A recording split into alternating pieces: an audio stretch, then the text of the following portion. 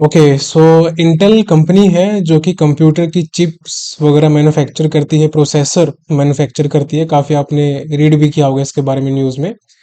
तो उन्होंने अनाउंस किया है कि इंटेल कंपनी ने वर्ल्ड का यानी कि दुनिया का लार्जेस्ट न्यूरोमॉर्फिक सिस्टम बनाया है। क्या बनाया है? Neuromorphic system.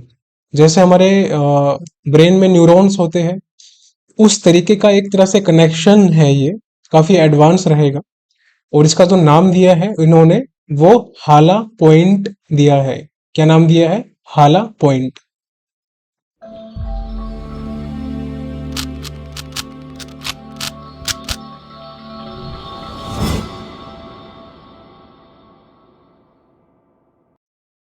Hello future officers, I hope you perfect there and doing deadly study. So आज हम कवर करेंगे साइंस एंड टेक्नोलॉजी, जो कि April 3rd and 4th week का कंप्लीट रहेगा। तो इसमें सारी न्यूज़ रहेगी आपकी साइंस एंड टेक की। इस सेशन में हम सिर्फ साइंस एंड टेक करेंगे क्योंकि काफ़ी सारी न्यूज़ है इसकी। तो अगर इसमें हम स्पोर्ट्स सेक्शन भी डाल देते तो काफ़ी लंबा लेक्चर हो जाता। स्पोर्ट्स को हम नेक्स्ट लेक्चर में कवर करेंगे, अगला जो करेंगे। लेकिन अगला लेक्चर जो आपका होगा वो इकोनॉमिक्स और एक्विजिशन का होगा। उसके बाद जो आपका अगला लेक्चर होगा वो सिर्फ और सिर्फ अवार्ड्स का होगा, जो कि कंप्लीट फुल मंथ का होगा। अभी तक हमने अवार्ड्स नहीं किए, अब हम करेंगे। इसमें हम जितने भी अप्रैल मंथ में अवार्ड्स की न्यूज़ थी वो सारी कवर करेंगे। उसके बाद जो स्पोर्ट्स की न्यूज़ है इसके लिए हम अलग से सेशन कर लेंगे। क्विक सेशन या लेक्चर हम इसमें कर लेंगे, फिर आपका अप्रैल मंथ कंप्लीटली कवर हो जाएगा। और इसके बाद अगर आपको हर एक लेक्चर की वीकली या मंथली अप्रैल की पीडीएफ जो कि नोट्स की फॉर्म में है, तो आपको नोट्स नहीं बनाने, मैं आपको इन्फॉर्म कर देता हूँ। तो टेलीग्राम ग्रुप जहाँ पर डिस्कशन होता है, आप मेरे से भी डाउट पूछ सकते हैं, और भी मेंटोर्स है वहाँ पर, स्टूडेंट्स है वहाँ भी आप डिस्कशन कर सकते हैं। तो उसका नाम है @RightApproach_बैंकिंग। इसको ज्वाइन कर लेना टेलीग्राम में सर्च करके। और जो टेलीग्राम का चैनल है उसका नाम है @RightApproach_YouTube। तो इसको भी ज्वाइन कर लेना। दोनों जगह आपको पीडीएफ, वीडियोस, अपडेट्स जो भी होगी मिल जाएगी। और टेलीग्राम चैनल पे आपको सारी जो भी पीडीएफ होगी नोट्स की फॉर्म में, जो भी पीपीटीज होगी हर एक लेक्चर की, आपको फाइल्स के सेक्शन में मिल जाएगी। वहां जाके आप इसको डाउनलोड कर लेना और प्रिंट आउट निकाल के रीडिंग करना शुरू कर देना। तो अब हम शुरू करते हैं हमारा आज का लेक्चर साइंस एंड टेक का, अप्रैल 3rd and 4th वीक का कंबाइंड। तो हमारी पहली न्यूज शुरू होती है, और काफी इंपॉर्टेंट न्यूज है, एग्जाम में आने के भी काफी अच्छे चांस है, specially RRB, PO and clerical में। तो गोपी थोटाकुरा, ये इनका नाम है। गोपी थोटाकुरा, ये बने हैं फर्स्ट इंडियन, ये पहले भारतीय बने हैं टू वेंचर इनटू स्पेस, जो कि स्पेस में भेजे जाएंगे as a tourist. As a tourist, इसको याद रखना, ये जो टर्म है ना एज अ टूरिस्ट, इसको याद रखना। एग्जामिनर आपको घुमा सकता है इस क्वेश्चन में।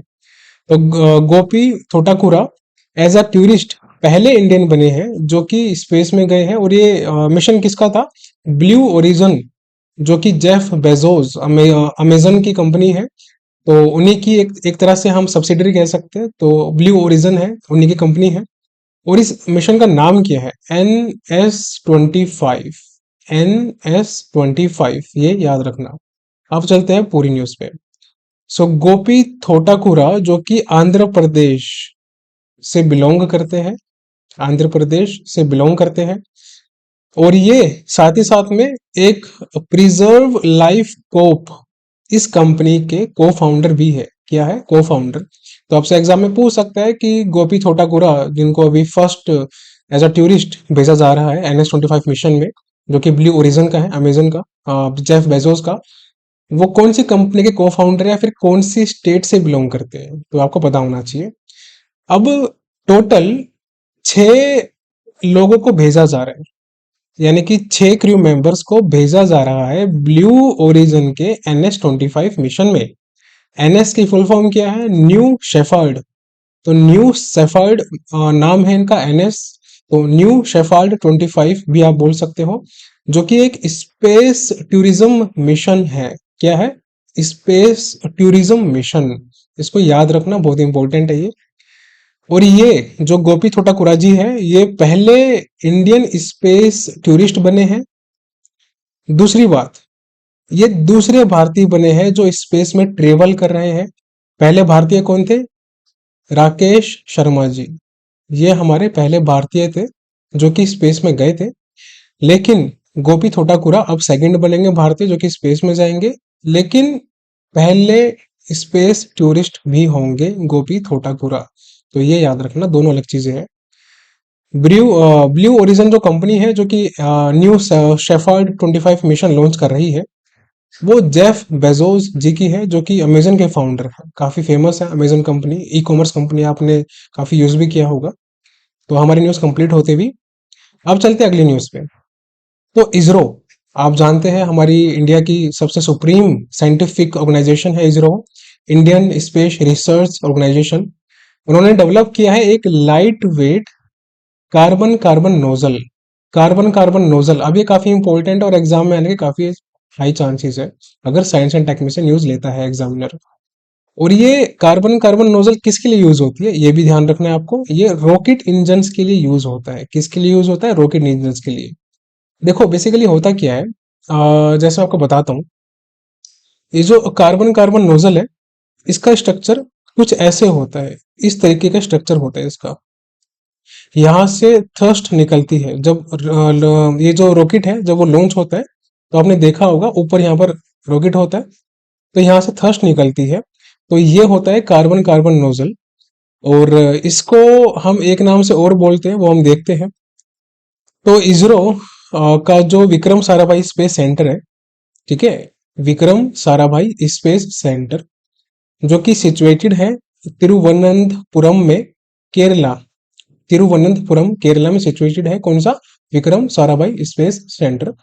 इन्होंने डेवलप किया है, ठीक है, ये याद रखना, इन्होंने, विक्रम साराभाई स्पेस सेंटर ने डेवलप किया है light weight carbon carbon nozzle for rocket engine.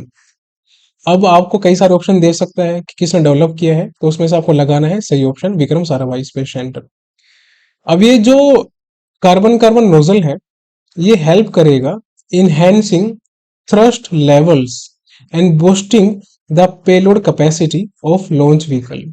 देखो ये बेसिकली जो आप इमेज में देख रहे होंगे ना, ये वाला, ये जो हमारा कार्बन कार्बन नोजल है, पहली बात तो ये हमारी पेलोड कैपेसिटी जो होती है रॉकेट की, उसको इंक्रीज कर देगा। यानी कि इसका वेट हल्का होगा बाकियों से क्योंकि लाइट वेट है।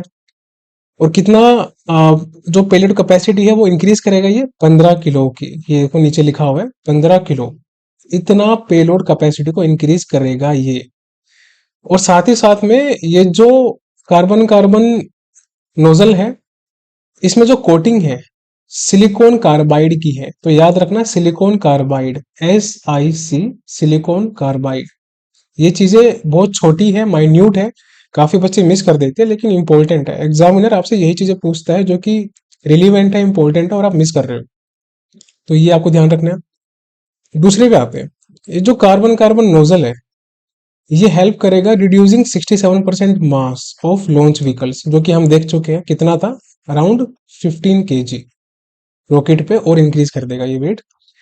और ये डाइवर्जेंट नोजल्स उसको रिप्लेस करेगा, डाइवर्जेंट नोजल। तो डाइवर्जेंट नोजल की भी शेप कुछ ऐसी ही थी, सेम ऐसी थी, कुछ डिफरेंस नहीं था। बस ये है कि कार्बन कार्बन का जो ये नोजल है, ये अलग मटेरियल से बनाया गया है, और इसकी से इसकी जो शेप है वो सेम रखी गई है। तो अगर आपसे पूछे एग्जाम में कि कार्बन कार्बन नोजल किसको रिप्लेस करेगा, कौन से नोजल को रिप्लेस करेगा, तो याद रखना डाइवर्जेंट नोजल को रिप्लेस करेगा। और 15 किलो का ये पेलोड कैपेसिटी इंक्रीज कर देगा PSLV के अंदर, जो कि रॉकेट होता है। अब जो इसरो के चेयरमैन है हमारे, S सोमनाथ जी है, ठीक है, ये याद रखना। हेडक्वार्टर कहाँ पर है? बेंगलुरु में है। DRDO का हेडक्वार्टर कहाँ पर है? ये दिल्ली में है, न्यू दिल्ली में DRDO का हेडक्वार्टर है। DRDO के चेयरमैन कौन है? आपको मैंने काफी बार बताया है सेशंस में, तो मुझे कमेंट सेक्शन में बताओ कौन है इनके चेयरमैन। इसरो का एस्टेब्लिशमेंट कब हुआ है? इंपॉर्टेंट है, 1969, क्योंकि इंटरनेशनल एक इंडिया का काफी सुप्रीम साइंटिफिक ऑर्गेनाइजेशन है इसरो, तो एस्टेब्लिशमेंट भी याद रखना बनता है। इतना न्यूज़ था। अब चलते हैं अगले न्यूज़ पे। नाइजीरिया, जो कि एक अफ्रीकन कंट्री में आती है, तो नाइजीरिया ने लॉन्च किया है नया वैक्सीन है जिसका नाम है मैन 5CV। क्या नाम है? Man 5CV। ये प्रोटेक्शन ऑफर करता है अगेंस्ट 5 स्ट्रेन्स, यानी कि 5 तरह के अलग अलग निसेरिया मेनिनजाइटिडिस बैक्टीरिया। तो एक मेनिनजाइटिडिस बैक्टीरिया होता है, उसके अगेंस्ट प्रोटेक्शन देता है। तो मेनिनजाइटिडिस बैक्टीरिया याद रखना। ठीक है, नाइजीरिया ने इसके लिए वैक्सीन डेवलप की है जिसका नाम है मैन 5CV वैक्सीन। अब देखते हैं पूरी न्यूज। ओके, सो यहाँ पर न्यूज शुरू होती है।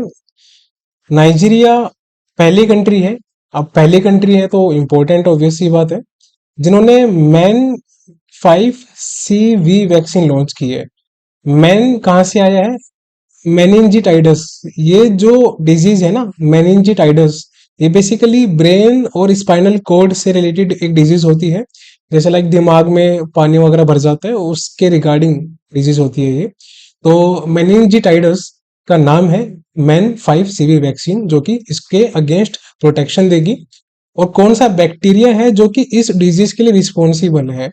तो मेनिंजोकोकस, मेनिनजोकोकस या मेनिंगोकोकस, तो आप कुछ भी बोल सकते हैं, ये बैक्टीरिया है। ठीक है, इसका एक नाम और है निसेरिया मेनिंजिटाइडस। मेनिंजिटाइडस, तो निसेरिया मेनिंजिटाइडस ये भी इसका नाम है, या फिर मेनिंजिकोकस बैक्टीरिया ये भी आप बोल सकते हैं। और इसके जो वेरिएंट है वो ACWXY है। तो ये याद रखना, AC देन WXY एक साथ अल्फाबेट्स। तो इतना था इसमें, काफी इंपॉर्टेंट है। और ये जो वैक्सीन है ना, ये WHO ने रिकमेंड की थी। वर्ल्ड हेल्थ ऑर्गेनाइजेशन जो है, उन्होंने इस वैक्सीन को रिकमेंड किया था।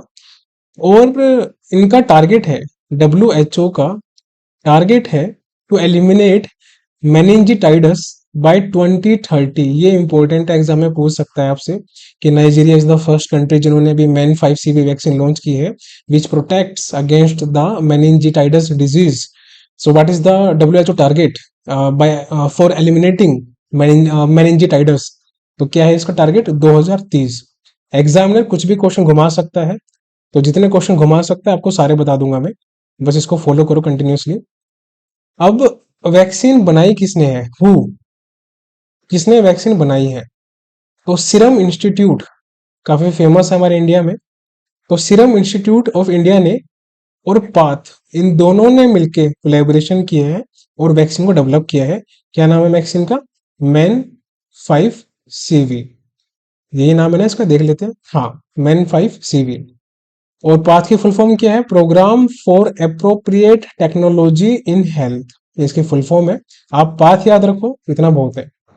और ये पूरा जो प्रोजेक्ट था वैक्सीन डेवलप करने का, उसका फंड किसने दिया है? तो गावी कंपनी है, याद रखना, गावी, GAVI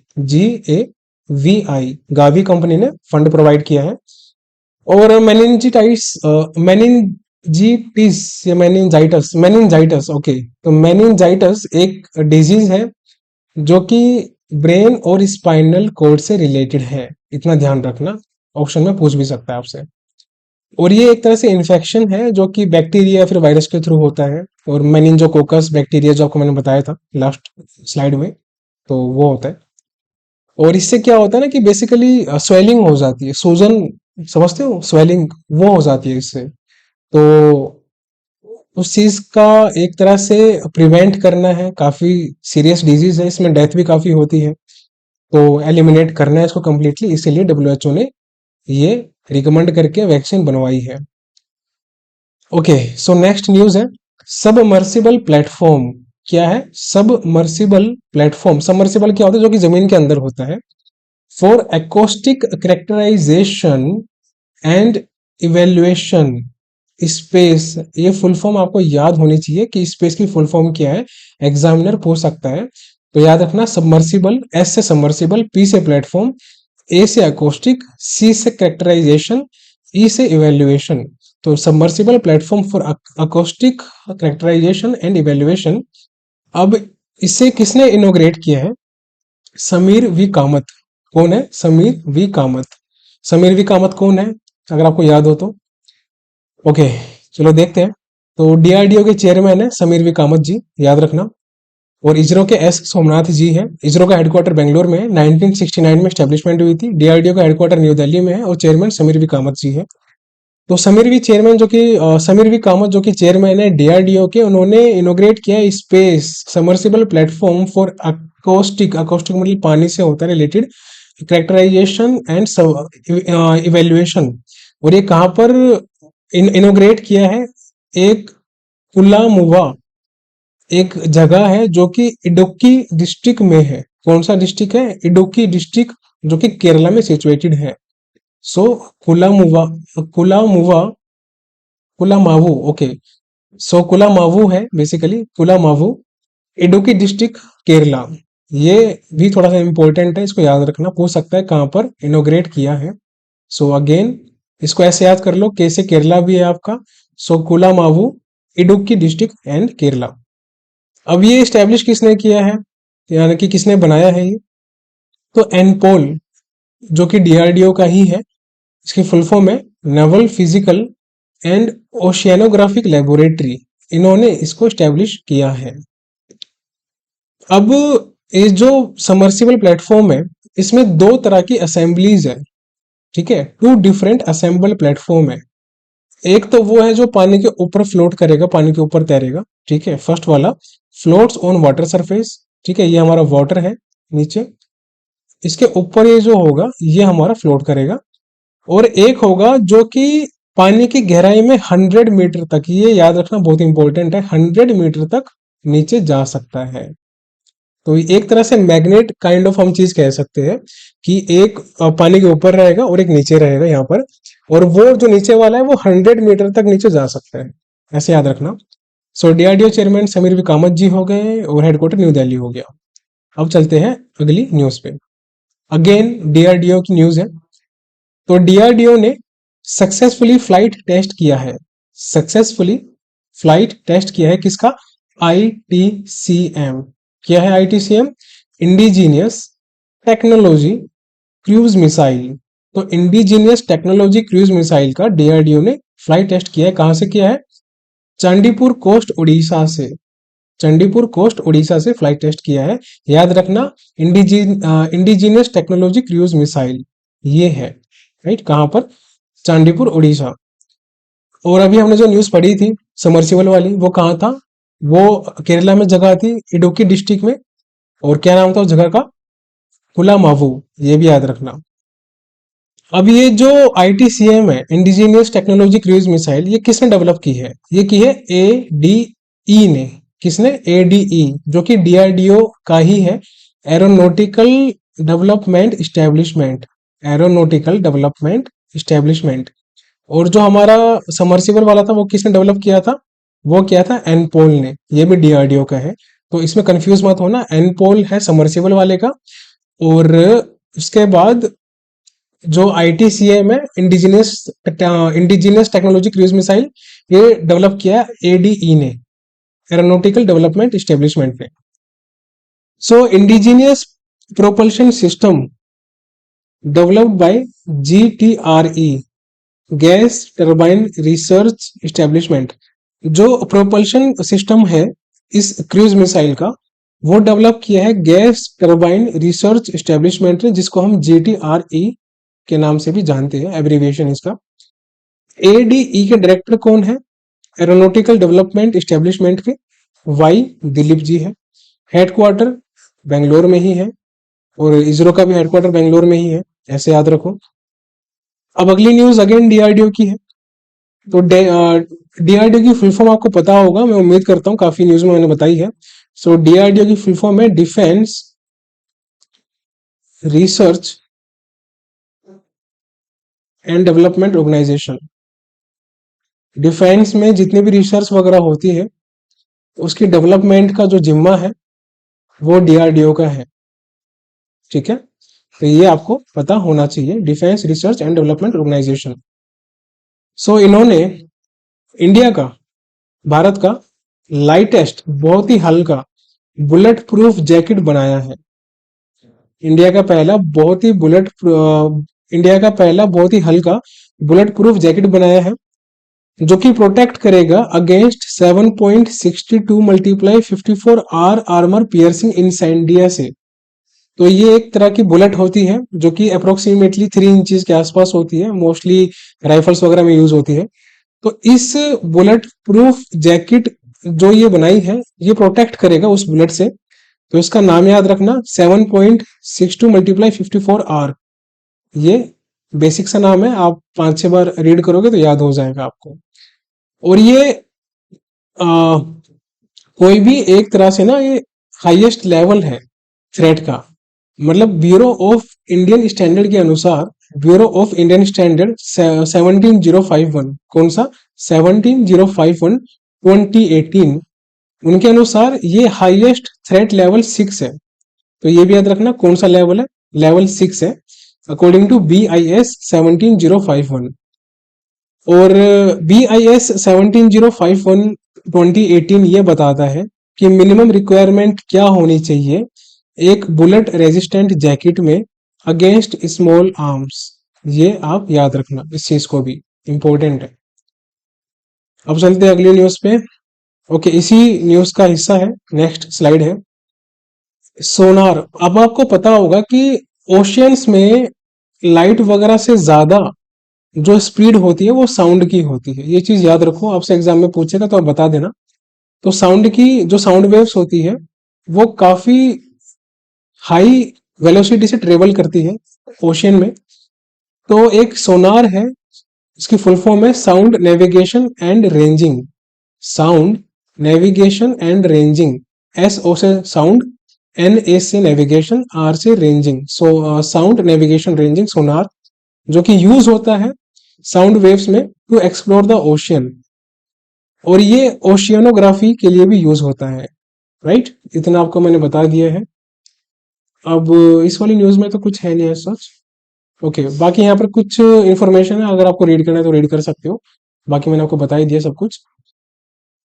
ओके, और ये जो हमारा बुलेट प्रूफ जैकेट है, ये डेवलप किसने किया है, ये काफी इंटरेस्टिंग है, एग्जाम में पूछ सकता है आपसे। DMSRDE, defence material and stores research and development establishment, जो कि कानपुर उत्तर प्रदेश में सिचुएटेड है, इन्होंने इस जैकेट को बनाया है। ये याद रखिएगा। अगले न्यूज पे चलते हैं, खत्म होगी वो news. So Aditya Birla Capital ने लॉन्च किया है direct to consumer fintech app. तो एक फिनटेक ऐप है डायरेक्ट टू कंज्यूमर, यानी कि डायरेक्टली कंज्यूमर उसको यूज करेगा। उसका नाम क्या रखा गया है, ABCD, Aditya Birla capital digital. ABCD movie है ना, वरुण धवन, श्रद्धा कपूर, ऐसे याद रख लो। तो आदित्य बिरला कैपिटल ने ABCD फिनटेक ऐप बनाया है, जो कि डायरेक्ट टू कंज्यूमर है। इसको बनाने में 100 करोड़ का खर्चा आया है, जो कि काफी सारे फाइनेंशियल प्रोडक्ट्स को ऑफर करेगा। तो ये भी याद रखना कॉस्ट कितनी है इसकी। अब चलते हैं अगली न्यूज पे। इंटेल ने अनाउंस किया है टू बिल्ड वर्ल्ड्स लार्जेस्ट, दुनिया का सबसे बड़ा न्यूरोमॉर्फिक सिस्टम। ब्रेन्स में हमारे न्यूरो सेल्स होते हैं, उसी तरीके से जो कनेक्शन बिल्डअप है वही कनेक्शन इसमें यूज किया गया है एक तरीके से साइंटिफिकली। और इसका नाम रखा गया है हाला पॉइंट। नाम बहुत इंपॉर्टेंट है, कंपनी बहुत इंपॉर्टेंट है, और क्या है, न्यूरोमॉर्फिक सिस्टम, ये भी इंपॉर्टेंट है, इसको याद रखो। So Intel build world's largest neuromorphic system called, जिसका नाम रखा गया है हाला पॉइंट। क्या नाम है, इमेज में आप देख सकते हो, हाला पॉइंट। और ये आर्टिफिशियल इंटेलिजेंस को बहुत ज्यादा एडवांस करेगा, सस्टेनेबल बनाएगा। इसकी जो एफिशिएंसी है, एग्जाम में पूछ सकता है आपसे कितनी एफिशिएंसी है इसकी। सो 20 क्वाड्रिलियन, ठीक है, सो 20 क्वाड्रिलियन ऑपरेशंस पर second. I am again repeating, 20 quadrillion operations पर सेकंड इसकी एफिशिएंसी है। इतना ये एक तरह से वर्क कर सकता है, इतनी फास्ट। और सबसे पहले ये कहां पर डिप्लॉय किया गया है, ये इंपॉर्टेंट नहीं है बट आप थोड़ा देख लो। तो सांडिया नेशनल लेबोरेटरीज, तो यहाँ पर इसको इस्टेब्लिश किया गया है, जो कि यूएसए में ही है। अब साथ में इंटेल का एक लेटेस्ट प्रोसेसर है, प्रोफेसर नहीं प्रोसेसर है, जिसका नाम है लोही टू। तो लोही टू आप याद रखना, अगर आपसे एग्जाम में पूछे, लाइक अगर आपसे अरबी भी होगा, कंप्यूटर में पूछ सकता है ये क्वेश्चन कि लोही टू प्रोसेसर किस कंपनी का है, तो याद रखना इंटेल का है। और हाला पॉइंट जो है हमारा न्यूरोफॉर्मिक सिस्टम कोड, ये इंटेल फर्स्ट जनरेशन का जो लार्ज स्केल रिसर्च सिस्टम है, जिसका नाम है पोहोइकी स्प्रिंग्स। क्या नाम है? पोहोइकी स्प्रिंग्स। उसको हेल्प करेगा एडवांस करने में। तो ये भी याद रखना कि पोहोइकी स्प्रिंग्स भी इंटेल का एक लार्ज स्केल रिसर्च सिस्टम है। बस इतना था इस न्यूज में। अब चलते हैं अगली न्यूज पे। सो रॉकेट लैब, जो कि यूएसए की कंपनी है, इनका एक इलेक्ट्रॉन रॉकेट है, जो कि जिसने लॉन्च किया है नासा का ACS-3 मिशन और साउथ कोरिया का नियोन सेट 1। ACS-3 की फुल फॉर्म क्या है? Advanced composite solar sail system. Advanced composite solar sail system S3, जो कि क्या करेगा कि सनलाइट का यूज करेगा to propel a spacecraft. Spacecraft को चलाने के लिए सनलाइट का यूज करेगा। तो ये अगर आपसे पूछे एग्जाम में कि ACS-3 मिशन किसका है, तो नासा का याद रखना। और रॉकेट लैब यूएसए की जो कंपनी है, उन्होंने इसको लॉन्च किया है इलेक्ट्रॉन रॉकेट की हेल्प से। और साउथ कोरिया का भी एक नियोन सेट 1 है। और ये क्या है? तो नियोन सेट 1 एक अर्थ ऑब्जर्वेशन सैटेलाइट है। क्या है?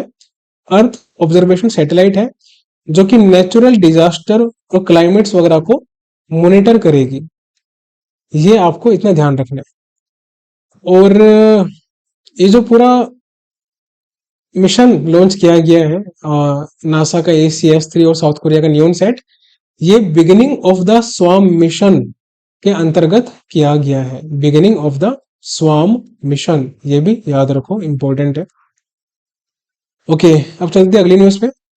तो चाइना ने लॉन्च किया है क्रूड शेनजोऊ 18 मिशन। कौन सा? शेनजोऊ 18 मिशन। अब ये जो शेनजोऊ 18 मिशन है, इसमें क्रू मेंबर्स भेजे जाएंगे। और चाइना का खुद का एक स्पेस स्टेशन है, जिसका नाम है Tiangong space station. Tiangong space station, ये चाइना का है। ठीक है, अब चलते हैं पूरी न्यूज पे। So China launched Shenzhou 18 spacecraft. Spacecraft जो कि स्पेस में रिवॉल्व करता रहता है। और शेनजोहू 18 को हम डिवाइन वेसल भी बोलते हैं। दोनों का नाम याद रखना, दोनों एक ही चीज है। या तो आप डिवाइन वेसल बोल लो या फिर शेनजोहू 18 बोल लो। तो इस शेनजोहू 18 या फिर डिवाइन वेसल में 3 एस्ट्रोनॉट्स भेजे जाएंगे टियांगोंग स्पेस स्टेशन, जो कि चाइना का है। ठीक है, और कौन से रॉकेट की हेल्प से? मार्च 2F रॉकेट, इसकी हेल्प से भेजे जाएंगे। और साथ में ये जो क्रू मेंबर्स हैं, इनका जो शेड्यूल है रिटर्न होने का वापस अर्थ पे, वो कब का है? अक्टूबर 2024 का है। तो ये भी याद रखना, अक्टूबर 2024 इंपॉर्टेंट डेट, इंपॉर्टेंट मंथ और ईयर है। और चाइना का जो टियांगोंग स्पेस स्टेशन है, ये टी शेप में है। ये टी शेप में, ये भी याद रखो। चाइना को बेदखल कर दिया गया था इंटरनेशनल स्पेस स्टेशन से 2011 में। तो उसके चलते चाइना ने रिवेंज लिया कि भाई अब ठीक है, अगर आपने मुझे बेदखल कर दिया है इंटरनेशनल स्पेस स्टेशन से, तो मैं खुद का भी स्पेस स्टेशन बना सकता हूँ, और बना भी दिया टियांगोंग स्पेस स्टेशन। तो काफी एडवांस है चाइना इस मामले में देखा जाए तो। ओके, सो यहाँ पर इमेज है। इमेज में अब यहाँ पर ये कुछ हाइट बताई है इमेज में। देखो, जो टियांगोंग स्पेस स्टेशन है, इसकी हाइट जो है, जो उसकी विड्थ है बेसिकली, वो 37 मीटर की है। और इंटरनेशनल स्पेस स्टेशन की 109 मीटर की है। तो ये थोड़ा आप ध्यान में रख सकते हो, इतना इंपॉर्टेंट है नहीं, बस थोड़ा ध्यान में रखो कि लगभग देखा जाए तो 3 टाइम्स है टियांगोंग स्पेस स्टेशन का, राइट। ओके, सो अब चलते हैं हम अगली न्यूज पे। ये हमारी अगली न्यूज है। सो सी डॉट यानी कि centre for development of telematics, इन्होंने कोलेबोरेशन किया है आईआईटी जोधपुर के साथ, राइट। तो सी डॉट और आईआईटी जोधपुर जो कि राजस्थान में है, इनका कोलेबोरेशन है जिसमें कि इन्होंने पार्टनरशिप की है ऑटोमेटेड सर्विस मैनेजमेंट में 5G में। तो ये इतनी सी न्यूज है बस, और कुछ नहीं था इसके अंदर। इतना याद रखो कि 5G के लिए जो कि आर्टिफिशियल इंटेलिजेंस की हेल्प से जो भी मैनेजमेंट सर्विस करेंगे, उसके लिए जोधपुर ने, आईआईटी जोधपुर ने कोलैबोरेशन किया है सी डॉट के साथ। अब हमारी आती है अगली न्यूज। इंडिया ने फिलीपींस को इंडिया ने फिलीपींस को पहला batch, first batch of BrahMos supersonic cruise missile, जो कि इंडिया और रशिया का कोलैबोरेशन था, उसकी हेल्प से बनी थी ब्रह्मोस मिसाइल। तो पहला बैच जो है बेसिकली एक्सपोर्ट किया है इंडिया ने पहली बार ब्रह्मोस मिसाइल को, और कौन सी कंट्री को किया है? फिलीपींस को। तो ये भी एग्जाम के लिए काफी इंपॉर्टेंट है। कितने की डील हुई थी? $375 मिलियन की डील हुई थी इस फर्स्ट बैच के लिए। अब चलते हैं पूरी डिटेल न्यूज पे। सो इंडिया और फिलीपींस दोनों कंट्री के नाम याद रखना, कंफ्यूज नहीं होना। सो इंडिया ने पहला बैच डिलीवर किया है ब्रह्मोस मिसाइल का फिलीपींस को, और ये डील का पूरा जो बजट है वो $375 मिलियन है। कितना है? $375 मिलियन, याद रखो। और ये जो ब्रह्मोस है ये ज्वाइंटली बनाई थी डीआरडीओ ने, जो कि हमारे इंडिया का है, और एनपीओएम जो कि किसका है? रशिया का है। तो डीआरडीओ और एनपोम जो कि रशिया का है, इन दोनों ने मिलकर डेवलप किया था ब्रह्मोस मिसाइल को। ये हमारी ब्रह्मोस मिसाइल कितनी सुंदर लग रही है, देखो आप इमेज में, काफी पावरफुल है। तो ये आप यहाँ पर इसको अपने माइंड में स्टिक कर सकते हो इमेज को। फिलीपींस पहला एक्सपोर्ट कस्टमर बना है ब्रह्मोस मिसाइल का। और कौन सा प्रोग्राम है फिलीपींस का जिसके तहत ये मिसाइल मंगवाई जा रही है भारत से? होरिजन 2 प्रोग्राम है। होरिजन 2 प्रोग्राम किसका है? फिलीपींस का है, याद रखो। ब्रह्मोस मिसाइल की स्पीड कितनी है, ये इंपॉर्टेंट है। 2.8 मैक 2.8 मैक स्पीड है मिसाइल की, ये भी याद रखना है। और फ्लाइट रेंज की है, यानी कि कितनी हाइट तक ये जा सकता है? तो 290 किलोमीटर तक ये जा सकता है हाइट पे। और इसकी रेंज क्या है, यानी कितनी दूरी तय कर सकता है ये? तो 450 किलोमीटर एट प्रेजेंट ये दूरी तय कर सकता है, इसकी रेंज है। जिसको प्लान किया जा रहा है एक्सटेंड करने का, कितने तक? 600 किलोमीटर तक। अभी हुआ नहीं है, प्लान किया जा रहा है, ये भी याद रखना, राइट। तो ये हमारी न्यूज थी, पूरी खत्म होगी। अब चलते हैं अगली न्यूज पे हमारी। ये हमारी सेकंड लास्ट या फिर लास्ट न्यूज है, देख लेते हैं। NASA, so national aeronautical space, क्या है इसकी फुल फॉर्म देख लेना, भूल गया मैं। तो जो नासा है इन्होंने कंफर्म किया है कि नासा का जो ड्रैगन फ्लाई मिशन है, कौन सा ड्रैगन फ्लाई मिशन किसका है? नासा का है। ये लॉन्च किया जाएगा कब? जुलाई 2028 में। ये बहुत इंपॉर्टेंट मंथ और ईयर है, बहुत इंपॉर्टेंट, याद रखो। कब किया जाएगा? जुलाई 2028 में dragon fly mission, dragon fly mission जो कि नासा का है, ये लॉन्च किया जाएगा। और ये क्या करेगा? ये 6 साल की जर्नी पे रहेगा, 6 इयर्स की जर्नी पे रहेगा, ठीक है, यानी कि 2034 तक। तो ये भी याद रखना है, कितने इयर्स की जर्नी है? 6 इयर्स जर्नी। जितना मैं पॉइंट समझा रहा हूँ, बता रहा हूँ, सारे इंपॉर्टेंट है, निगलेक्ट मत करना, रिवाइज करना मल्टीपल टाइम्स। एग्जाम में आएगा तो फोड़ के आओगे एग्जाम। और ये ड्रैगन फ्लाई मिशन करेगा क्या? सैटर्न हमारा प्लानिट है, आप जानते हो। तो इसका जो सबसे लार्जेस्ट मून है, सैटर्न की बात हो रही है, सैटर्न प्लैनेट का जो सबसे लार्जेस्ट मून है जिसका नाम है टाइटन, उसको स्टडी करेगा ये। तो ये न्यूज है पूरी। अब देखते हैं हम इस न्यूज को डिटेल में क्या है। So national aeronautics and space administration, national aeronautics and space administration, जिसके बिल नेल्सन हमारे एडमिनिस्ट्रेटर है, तो इन्होंने कंफर्म किया है नासा ने कि जो ड्रैगन फ्लाई मिशन है जो कि टाइटन के लिए लॉन्च किया जाएगा, किसके लिए, टाइटन के लिए, जो कि सेकंड लार्जेस्ट मून है इन सोलर सिस्टम। अब ध्यान देना, second largest moon in solar system, क्योंकि हमारे सोलर सिस्टम में जो लार्जेस्ट मून है ना वो है ये वाला जुपिटर का, जिसका नाम है गैनीमेड। तो गैनीमेड जो मून है वो जुपिटर का है, जो कि लार्जेस्ट मून है हमारे सोलर सिस्टम का। सैटर्न प्लैनेट के टोटल 146 मून है, इसको भी याद रखना, ठीक है। अब ये जो मिशन है ये जुलाई 2028 में लॉन्च होगा, बता दिया आपको मैंने, और ये टाइटन पे 2034 में पहुंच जाएगा। इसकी जो टोटल कॉस्ट है ये काफी इंपॉर्टेंट है, 3.35 बिलियन डॉलर। कितना, 3.35 बिलियन डॉलर टोटल कॉस्ट है। इस न्यूज में सब कुछ इंपॉर्टेंट है जितना मैं बता रहा हूं, तो याद रखो।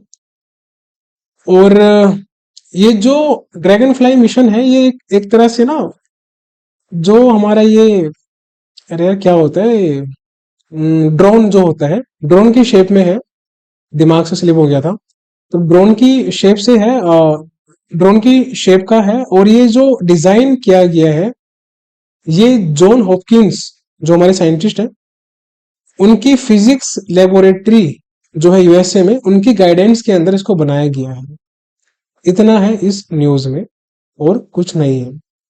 तो गैनीमेड हमने देख लिया है, जुपिटर का है, सबसे लार्जेस्ट मून है हमारे सोलर सिस्टम का। टाइटन हमारे सैटर्न का लार्जेस्ट मून है और सेकंड लार्जेस्ट मून है सोलर सिस्टम का, तो ये भी याद रखना। अब अगला लेक्चर जो हमारा होगा वो इकोनॉमिक्स और एक्विजिशन पे होगा। फिर उसके बाद जो अगला सेक्शन, अगला लेक्चर होगा वो अवार्ड्स कंप्लीट मंथ पे होगा, अवार्ड्स कंप्लीट मंथ अप्रैल का।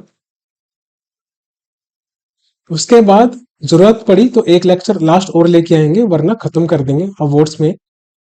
एक चीज इंपॉर्टेंट है, अप्रैल मंथ में स्टेट्स की न्यूज ज्यादा नहीं है, 3-4 न्यूज है, तो उसको हम मई फर्स्ट प्लस सेकंड वीक या फिर मई मंथ के साथ कवर करेंगे, ठीक है। तो इसकी टेंशन मत लेना, या तो मैं मई फर्स्ट एंड सेकंड वीक के साथ कवर करवा दूंगा, या फिर जैसे ही मई मंथ कंप्लीट होगा हम तब कवर कर लेंगे।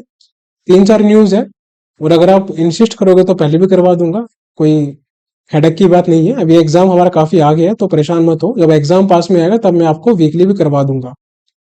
और डेज वगैरह हम अभी नहीं करेंगे, डेज ओबिचुअरीज ये सब फालतू की न्यूज है, इतना न्यूज करने का कोई फायदा नहीं है एक क्वेश्चन के लिए।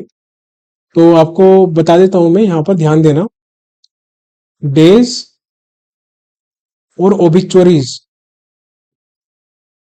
और 2-3 न्यूज जो कि एनवायरमेंट से रिलेट करती है, ये न्यूज हम बाद में कवर करेंगे। ये जो न्यूज है एनवायरमेंट की और ओबिचुअरीज की, ये हम अप्रैल मई को कंबाइन कर लेंगे। लेकिन डेज का तो मुश्किल ही है, डेज करने का कोई फायदा नहीं होता, एक क्वेश्चन करने के लिए पूरा 4-5-6 महीने की न्यूज करो। हाँ, लेकिन जो जब आपका मेंस एग्जाम आएगा उससे पहले की जो 2-3 महीने की डेज की न्यूज रहेगी, उसकी इंपॉर्टेंट न्यूज मैं आपको जरूर करवाऊंगा वीकली साथ साथ, तो वो आप ध्यान रखना। जैसे आपका सितंबर लास्ट में मेंस होगा और आरबीपी होगा, तो जुलाई की जो न्यूज होगी डेज की, इंपॉर्टेंट सारी नहीं, तो वो मैं आपको कवर करवाऊंगा जुलाई, अगस्त एंड सितंबर। वहां से अगर क्वेश्चन आ गया तो आप कर सकते हो आराम से, बाकी ज्यादा पीछे जाने की जरूरत नहीं है डेज के लिए, और इवन ओबिचुअरीज के लिए भी ज्यादा पीछे जाने की जरूरत नहीं है। जून जुलाई अगस्त और सितंबर सफिशिएंट है आरआरबी पीओ और क्लरिकल के लिए, इवन बाकी एग्जाम्स के लिए भी। और एनवायरनमेंट में भी अगर जो न्यूज मुझे इंपॉर्टेंट लगेगी बस वही करवाऊंगा मैं, क्योंकि ये सब लीस्ट इंपॉर्टेंट न्यूज होती है, यहाँ पर टाइम खराब नहीं करना। जो इंपॉर्टेंट है वो आपको सब करवा दी गई है। अब जो इंपॉर्टेंट सेशन आएगा इकोनॉमिक्स एक्वेशन का आएगा, अप्रैल 3rd and 4th वीक का, फिर अवार्ड्स का आएगा फुल मंथ का अप्रैल का। सो फ्यूचर ऑफिसर्स, उम्मीद करता हूँ आप सभी को लेक्चर पसंद आया होगा। पसंद आए तो लाइक जरूर करना। जितना मैं करवा रहा हूँ उसको मल्टीपल टाइम्स रिवीजन करो, डायरेक्टली क्विज पे मत कूदना। काफी बच्चे मिस्टेक कर रहे हैं, मैं देख रहा हूँ। एक बार रिवीजन किया और डायरेक्टली आप क्विज दे रहे हो, ये गलत अप्रोच है। पहले 3 बार रिवीजन करो, 3 टाइम्स रिवीजन करो हर एक वीकली का, उसके बाद आप क्विज लगाओ, फिर आप फोड़ के आओगे, ठीक है? तो ये याद रखो। ओके, सो फ्यूचर ऑफिसर्स, मिलते हैं अगले सेशन में जल्दी ही। अभी के लिए बाय बाय, टेक केयर और जान लगा दो एकदम, अच्छे से पढ़ाई करो और मिलते हैं।